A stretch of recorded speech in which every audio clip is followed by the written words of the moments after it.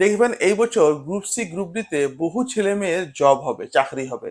আমি কোনো কথা বলছি না যে নতুন ভ্যাকেন্সি বাড়বে, আপডেট হবে, এগুলো আমি বলছি না। আমি কথা বলছি, আপনি যদি ঠান্ডা মাথায় ভাবেন, আপনি বুঝতে পারবেন যে এই বছর গ্রুপ সি গ্রুপ ডিতে বহু নতুন ছেলে মেয়ে চাকরি আর কি হবে। কিভাবে হবে আমি আপনাকে পুরোপুরি এক্সপ্লেন করে বুঝিয়ে দিচ্ছি। আপনাকে বলবো যে একটা লাইক অবশ্যই পারলে করবেন, আর নতুন এলে চ্যানেলটাকে সাবস্ক্রাইব করতে ভুলবেন না, ঠিক আছে?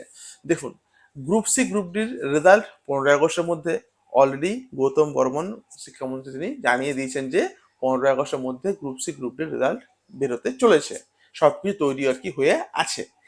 রেজাল্ট বার হওয়ার পরে গ্রুপ সির ক্ষেত্রে একটু লেন্দি রয়েছে প্রসেসটা। গ্রুপ সির রেজাল্ট বার হবে, লিখিত পরীক্ষার রেজাল্ট। লিখিত পরীক্ষার রেজাল্ট বার হওয়ার পরে আপনার কি রয়েছে বলুন তো?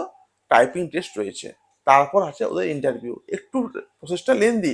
গ্রুপ ডির ক্ষেত্রে লিখিত পরীক্ষার রেজাল্ট বার হবে এই 15 আগস্টের মধ্যে, তারপরে ইন্টারভিউ। এবারে আমি কথা বলছি যে কি করে কি করে নতুন ফ্রেশার্সরা জব পাবে গ্রুপ সি গ্রুপ ডিতে খুব সহজে। আমি আমি আপনাকে জাস্ট চেষ্টা করছি বুঝাবার, আপনি একটু মন দিয়ে বুঝবেন, তাহলে আপনি বিষয়টা আপনি আর কি উপলব্ধি করতে পারবেন। দেখুন, সরকার কি বলেছে, এই আগস্ট মাসের মধ্যে 11-12টা প্রক্রিয়াটা শেষ করে দেবো, তারপর ধরবো 9-10। আপনি দেখবেন, আপনি একটু খোঁজ নিন, দেখবেন যে ছেলে মেয়ে 11-12 পেয়েছে সে আবার 9-10ও লাগিয়েছে। মানে 11-12ও পেয়েছে, 9-10ও লাগিয়েছে। দু জায়গাতে ওর নাম আছে।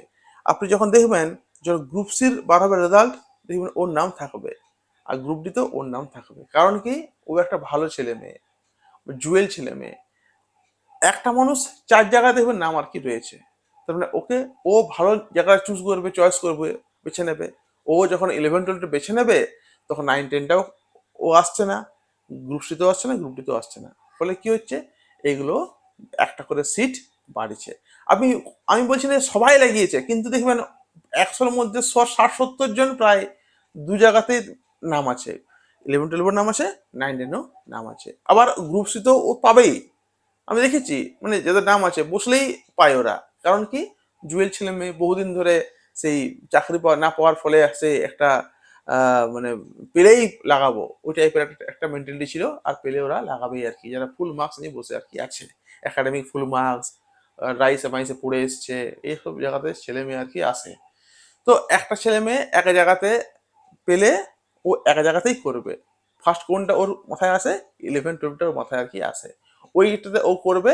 এর ফলে 9-10ও আসবে না, সিতেও আসবে না, ডিতেও আসবে না।